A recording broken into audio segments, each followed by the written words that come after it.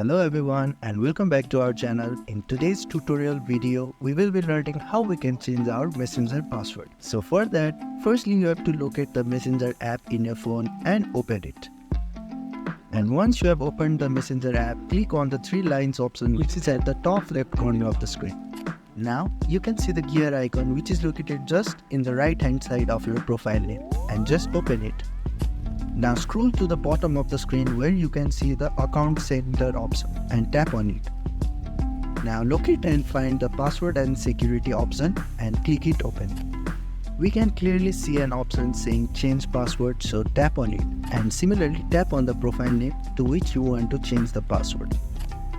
Now before you move further, you must enter your current password before you can set the new password. Once you have typed your current password along with the new password, click on the change password option which is located at the bottom. And you will be sent a security code to the email address which has been linked to your account, which you must retrieve from your Gmail and put it on the section saying code. Once you type the code you receive, tap on the continue option.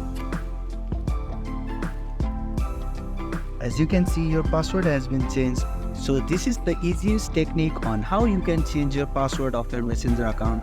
And if this video helped you, please don't forget to like, share and subscribe to our YouTube channel. Thank you for watching.